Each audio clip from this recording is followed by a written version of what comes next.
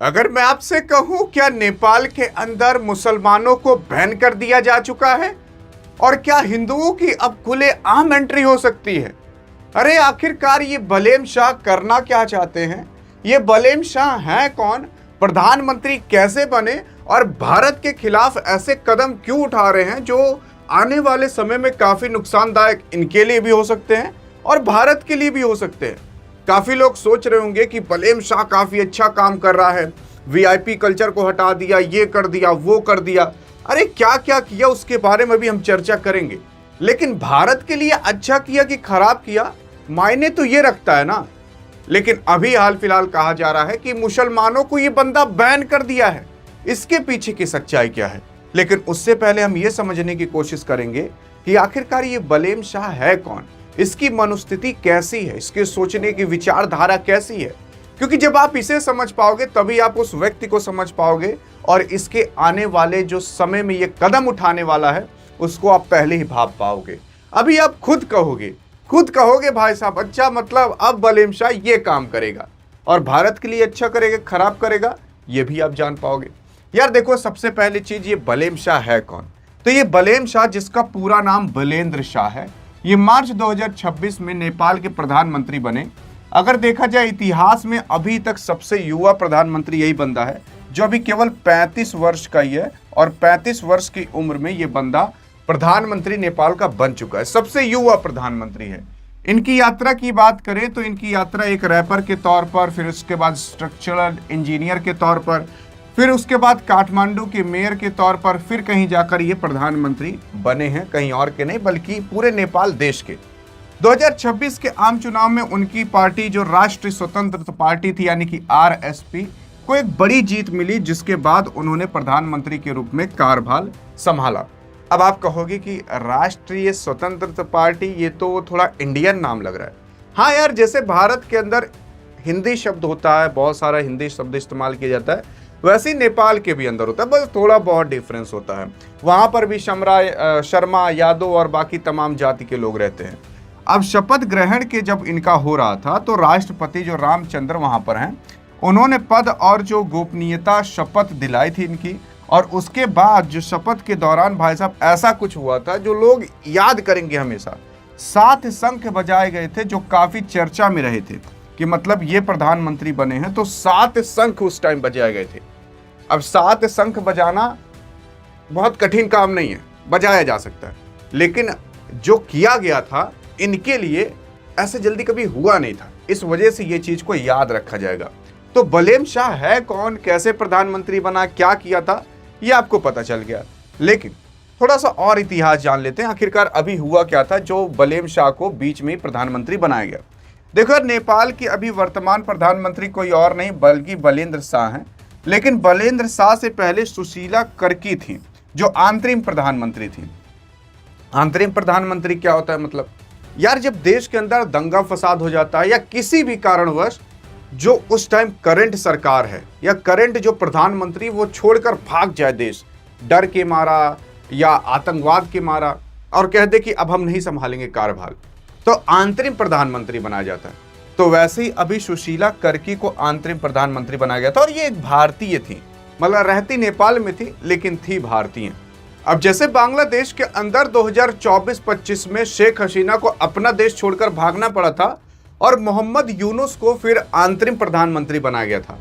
मतलब कोई गवर्नमेंट वैसी खास नहीं थी, बस हाँ देश चलाने के लिए एक प्रधानमंत्री बना दिया जाता, नियुक्त कर दिया जाता है, भैया तुम्हारी बात अब मानी जाएगी जो तुम कहोगे। तो वैसे ही अभी अंतरिम प्रधानमंत्री ये थी। अब इन्हें अंतरिम प्रधानमंत्री क्यों बनाया गया था? क्योंकि हाल फिलहाल अभी दंगे फसाद नेपाल के अंदर हुए थे, सोशल मीडिया के लिए हुए थे, नौकरियां के लिए हुई थी, अन्य कामों के लिए हुए थे। तब वहां के जो प्रधानमंत्री थे वो छोड़कर भाग गए थे। कौन थे उसके बारे में आगे जानेंगे, लेकिन सुशीला कर्की को तब बनाया गया था। तो सुशीला कर्की का भी हाल फिलहाल इनका कार्यकाल खत्म होने वाला था मार्च के लास्ट में। तो उसके बाद जब इलेक्शन हुआ तो उसके बाद कोई और नहीं बल्कि बलेम शाह की पार्टी जीती और बलेम शाह प्रधानमंत्री वहां के बन गए।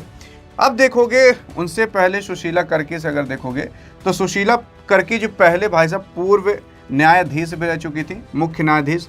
12 सितंबर 2025 से 27 मार्च 2026 तक अंतिम प्रधानमंत्री रहीं। तब तक यही नेपाल का कार्यभार संभाली थी। जब इलेक्शन पूरी तरीके से हो गया तो 27 मार्च 2026 के नेपाल के 43वें प्रधानमंत्री के रूप में बलेम शाह ने शपथ ली, जो कि 35 वर्षीय आयु के थे और फिर ये नेपाल के सबसे युवा प्रधानमंत्री भी बन गए।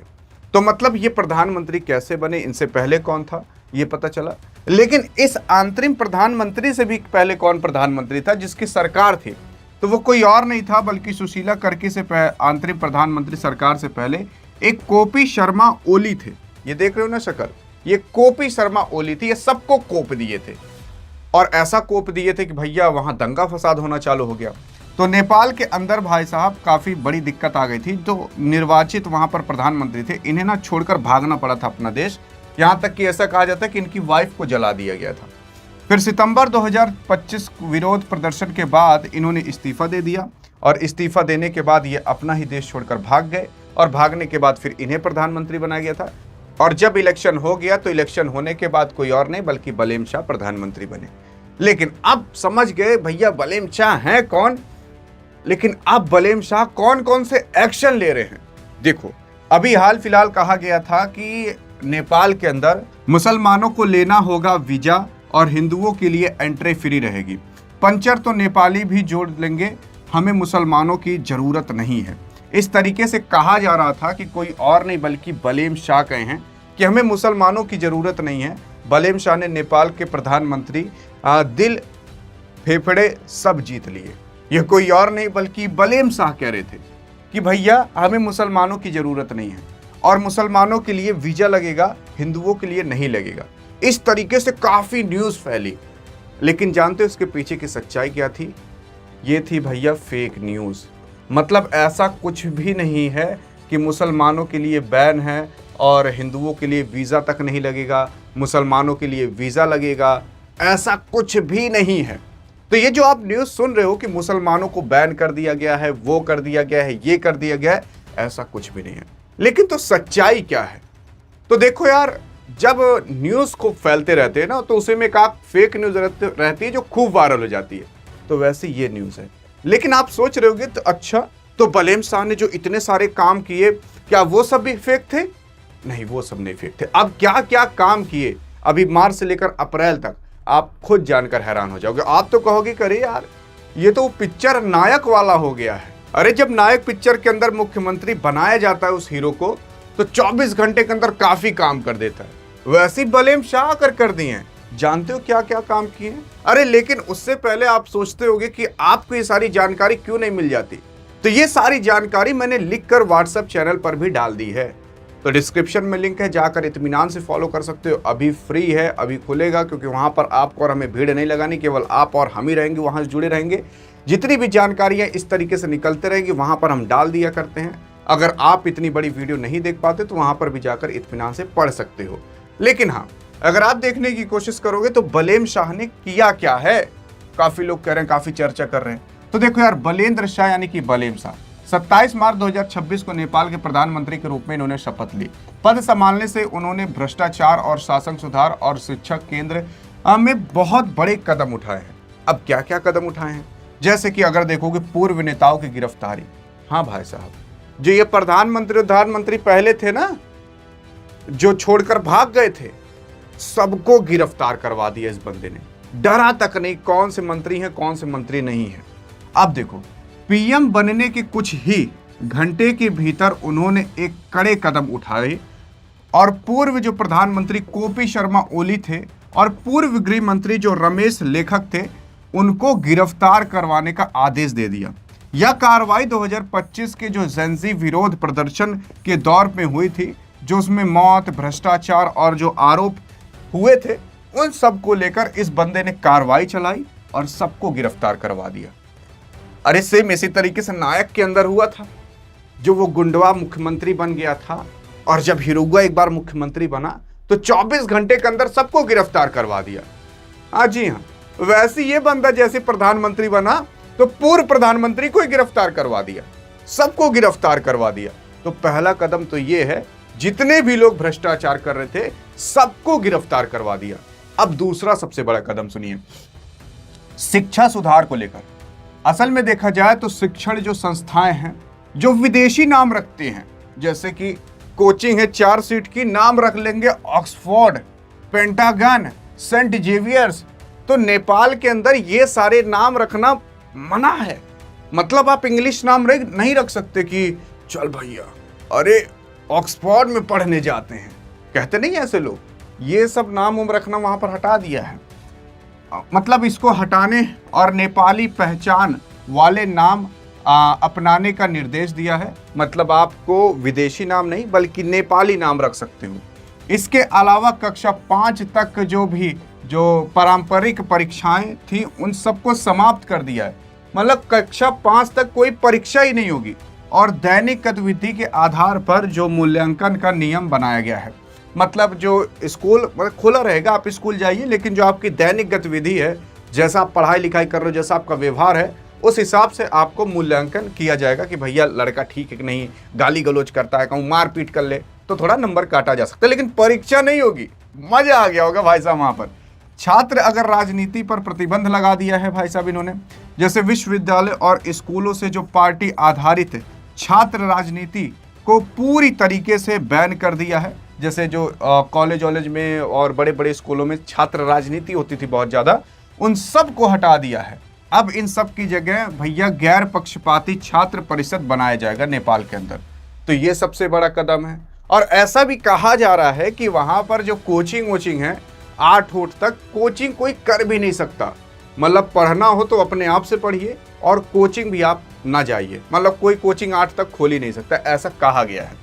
फिर उसके बाद अगर आप देखोगे पारदर्शिता और जो जवाबदेही था उस पर बहुत बड़ा कदम उठाया है।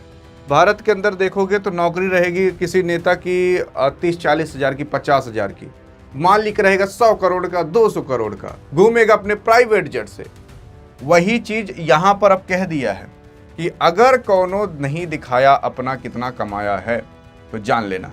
जैसे कि अगर देखोगे उन्होंने अपनी और अपने परिवार की जो संपत्ति थी उसे सार्वजनिक कर दिया। कोई और नहीं बल्कि पहले तो बलेम शाह ने, अब पता लगा प्रधानमंत्री कह रहे हैं सभी नेता अपनी संपत्ति दिखाओ, जनता में पूरा लीक करो कि हमारे देखो इतनी संपत्ति है, और प्रधानमंत्री अपना दिखा ही नहीं रहे। तो पहले बलेम शाह ने अपनी पूरी संपत्ति दिखा दी और फिर साथ ही सरकारी काम की जो निगरानी के लिए एक नई वेबसाइट लॉन्च की है ताकि जनता सीधे काम की जांच कर सके। मतलब सरकार कितना काम कर रही है, कितना काम करवा रही है, वो सब वेबसाइट पर रहेगा और वहां पर एक नॉर्मल जनता भी जाकर देख पाएगी। जैसे होता नहीं है कि चढ़ा दिया गया, 1 किलोमीटर तक रोड बन गई है, लेकिन जनता देख रही है रोड बनी नहीं है, तो जनता तुरंत भरने से जान जाएगी रोड नहीं बनी है। फिर जो वीआईपी कल्चर और सीमा शुल्क था उस पर बहुत बड़ा कदम उठाया है। जैसे कि देखोगे बलेम शाह ने जो वीआईपी कल्चर था उस पर बैन लगा दिया गया है।